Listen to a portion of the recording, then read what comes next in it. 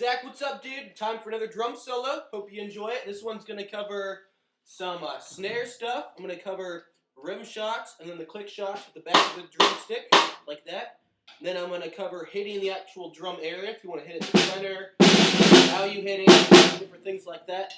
I'm also going to do some work on the toms, so getting your the movement closer to like a liquid sound, which is what you want, being well versed in the toms. I'm also going to do 3 drum fills, 3 tom fills. I'm going to do some singles, like I'm going to do some doubles, and I'm going to do some triplets. Alright, in the next part, I'm going to do a basic approach to drums, my basic philosophy and how I understand music, basically. So for the first one, snare work, here is the rim shot. Corey likes to do this a lot, I like to do it a lot. It adds a lot of intensity to the music and gets about the maximum sounds you can out of the snare drum. So it's about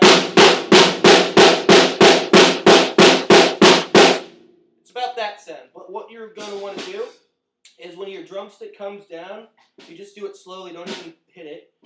Just put your drumstick on the drum, and the tip of it will be in the middle, and then you'll find out where the rim's going to come down if you just set them on both points right there. And then if you just look at your hand movement really, really slowly, don't even try playing it, just mock like how you would actually hit it, you'll see the movement. You'll want to adjust your snare drum a little bit so you don't break your drumsticks. And it's a very fine line between hitting it too hard and breaking your drumsticks, but if you can control it at the beginning, you'll get better at it, so don't worry too much. So I'll play a little bit with that so you can kind of demonstrate it, give you about, I don't know, 15, 20 seconds with it.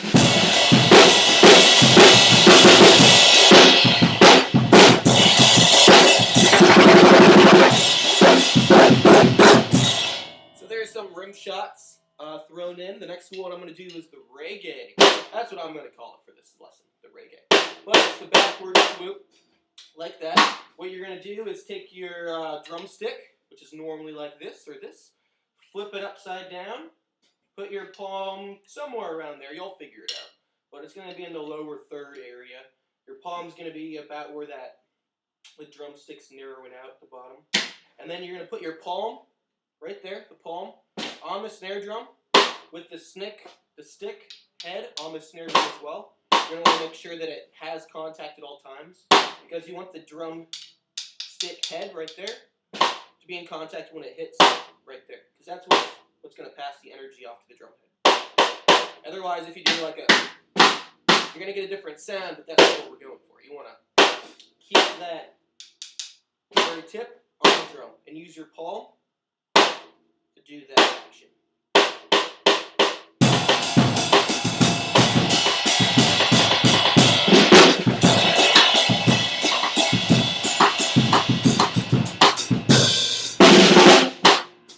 And then if you play, you can, some people do like to use the other ends, like this, with the drumstick tip up. But as you can see, the sound is completely different. I mean, it's another sound you can get, but that's not exactly the same one. They just do that because they don't want to flip their stick around, basically. Alright, so for the next one, we're going to talk about hitting the drum area. So where on the drum are you going to hit? And this is important to do slowly because when you speed it up, you want your muscle memory to know exactly where to hit the drums.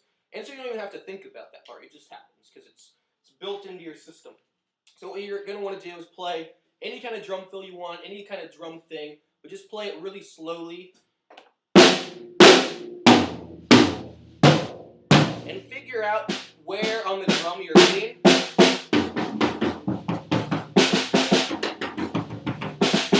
Practice to do is to go slowly and just hit them all over. So you got the top part, you got the middle part, you got the sides, you got the low part, and that's on every single one of these. And so to go around and just to focus on hitting them in different areas is really going to help, because then when you speed it up, your eye-hand coordination is going to be quite a bit better. You're going to know exactly where to hit on the drum and to know how to get the different sounds out of it. So something like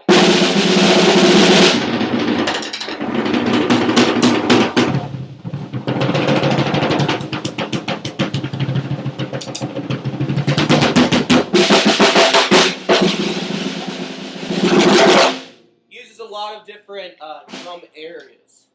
So you can also play with the intensity and stuff. But that's something we can work on later as well.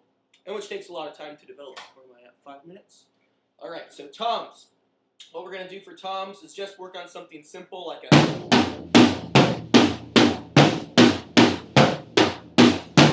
And you're basically playing a triplet. So 1, 2, 3, 1, 2, 3, 1, 2, 3, 1, 2, 3. And accent the floor tom if you'd like, but for this, yeah, accent it. So 1, 2, 3, 1, 2, 3, 1, 2, 3,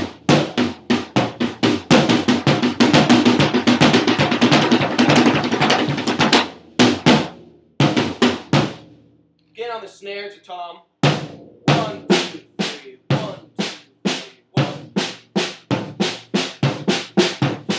1, 2, 3.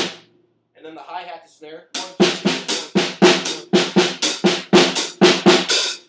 1, 2,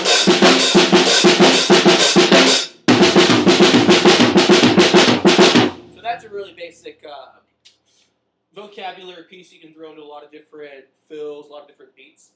So there's that one. I'm going to do some quick fills for you. This one is the single fill, so you're just taking your drumsticks and it's really simple and barbaric, doing the like the ho ho ho ho ho ho ho. So it's just that movement, you know. So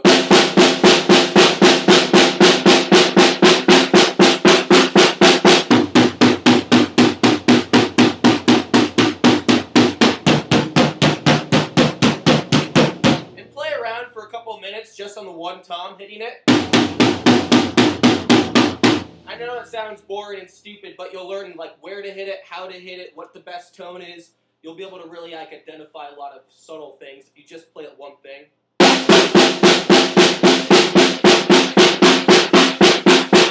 But again, it's something to figure out. So here's some singles.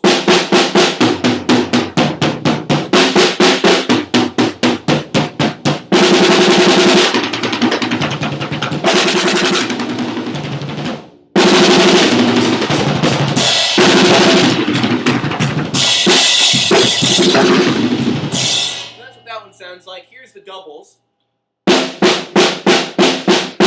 It's 2 with each, so dun dun dun dun dun dun dun dun dun dun dun dun, back and forth and such.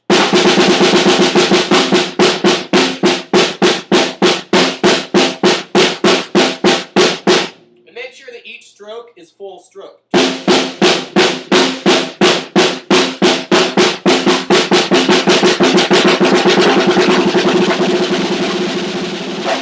And then just go around the drum set like that.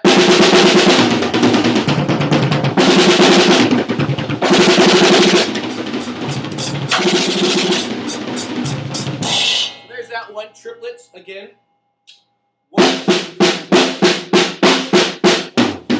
1, 2, 3. 1, 2, 3. 1, 2, 3.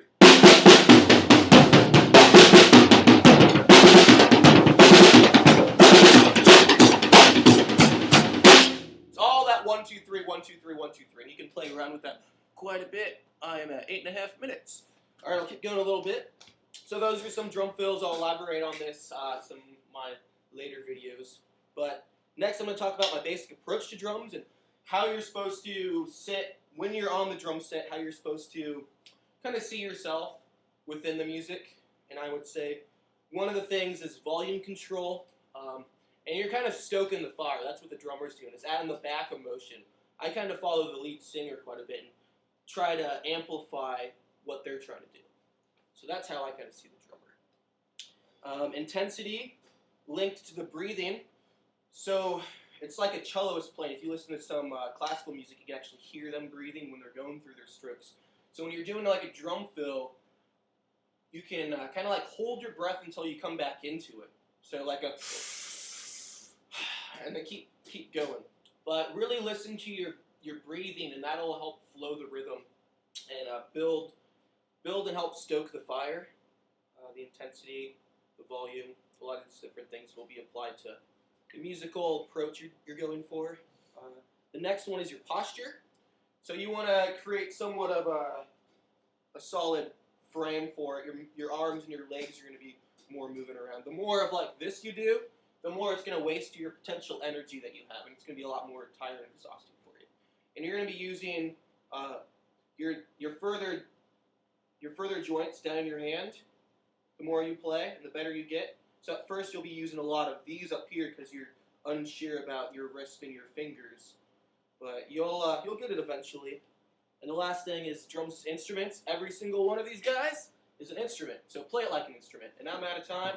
Sorry, Zach. I'll be in Sweden soon. Peace, dudes.